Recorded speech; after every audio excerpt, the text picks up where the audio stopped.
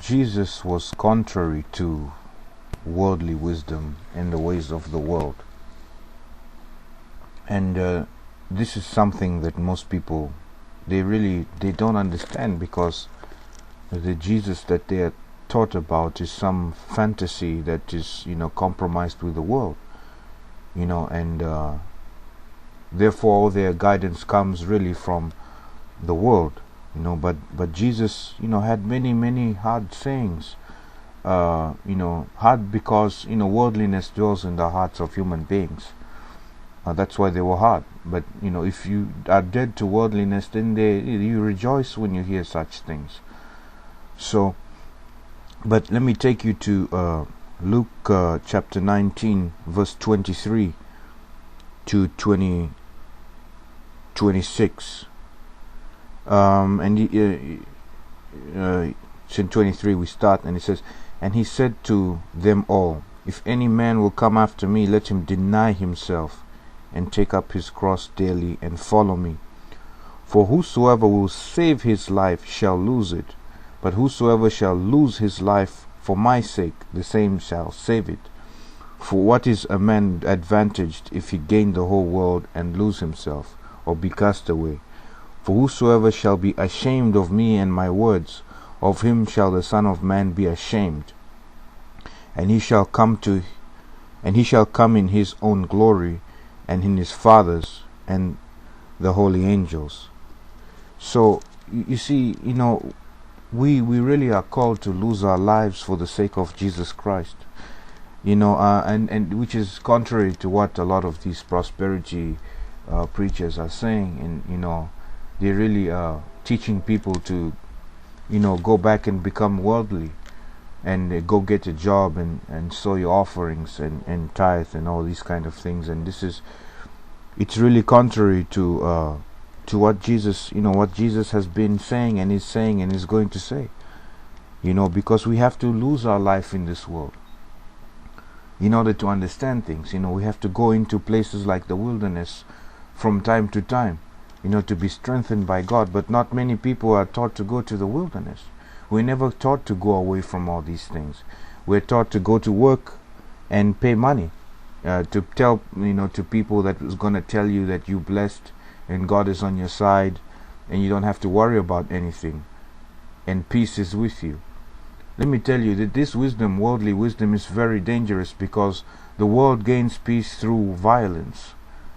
And if you believe in that peace, then you will have to go through that violence, my friends. You see, and you will go through it not for the sake of righteousness, but for the sake of rejecting God and rejecting Jesus Christ. You see.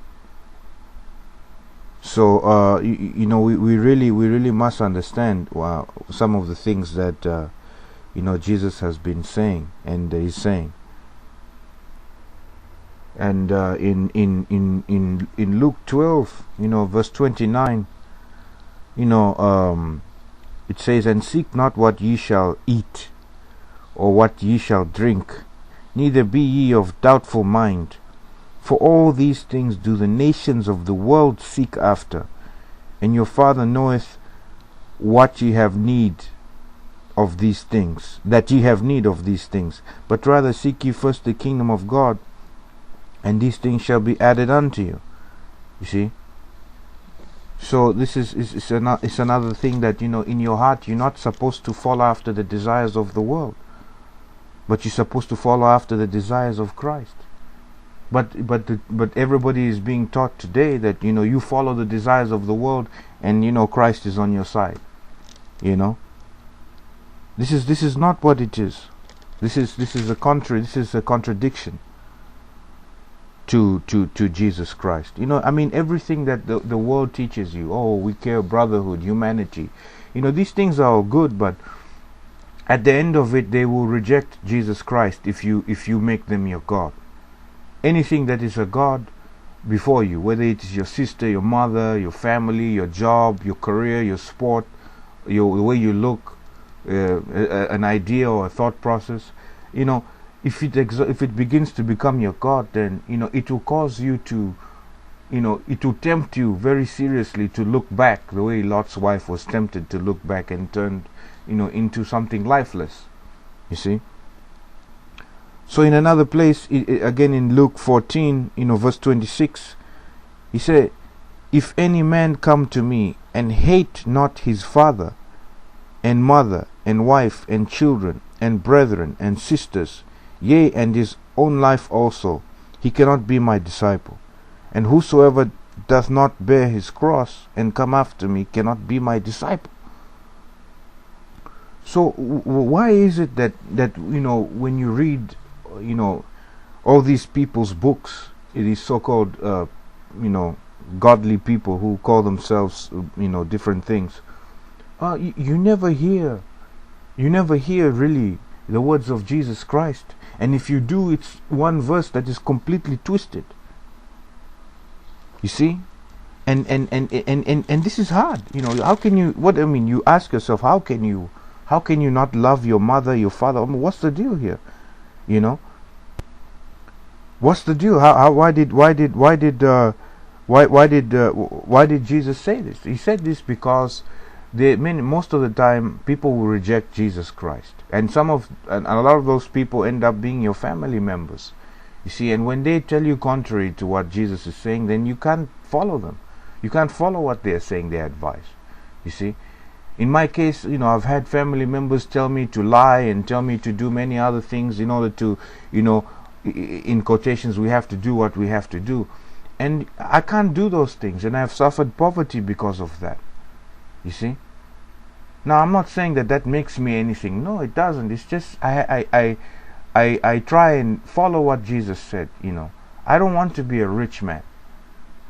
I don't want to have anything that comes in the way of my relationship with Jesus Christ. So in the beginning I thought everybody was like that, but you begin to realize, very quickly that most people that say they are something or they believe something, they don't. It's just something that makes them feel good about themselves. You see? But at the end of it, you're gonna meet Jesus Christ.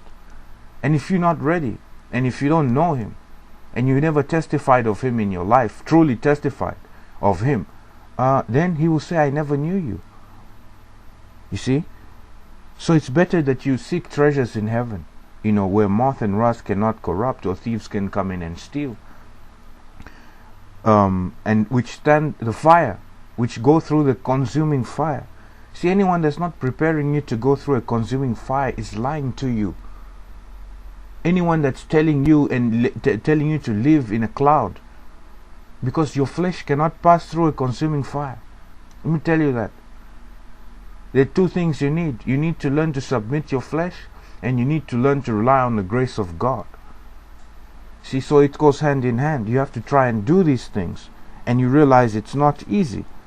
You torn sometimes between, this is what my physical, and then again in Luke chapter 20, there was the story of some of these guys that were tempting Jesus, and the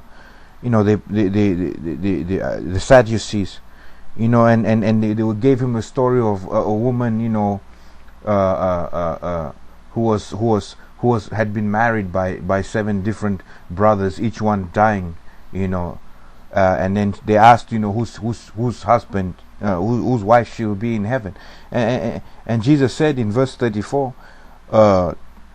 and Jesus answering said unto them, "The children of this world marry and are given in marriage, but they which shall be accounted worthy to obtain that world and the resurrection from the dead neither marry nor are given in marriage, neither can they die any more, for they are equal unto the angels, and are the children of God, being the children of the resurrection." You see, so all these kind of things that people think that it's just these are worldly ways, are different than godly ways. They're very, very contrary to that, and we must understand. And then lastly, in Luke 16 verse 15, Jesus was talking to the Pharisees, in 16:14 it says, "And the Pharisees also, who were covetous, heard all these things, and they derided him. And he said to them, now Jesus said to them, Ye are they which justify yourselves before men, but God knoweth your hearts. For that which is highly esteemed among men is an abomination in the sight of God.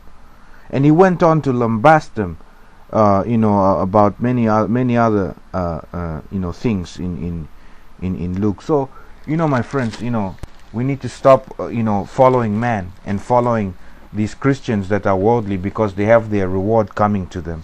Judgment is coming. So you need to turn away from this and follow the commandments of Jesus Christ. Learn them, put them in your heart, and have a relationship with Jesus Christ. That's the only thing that can save us now.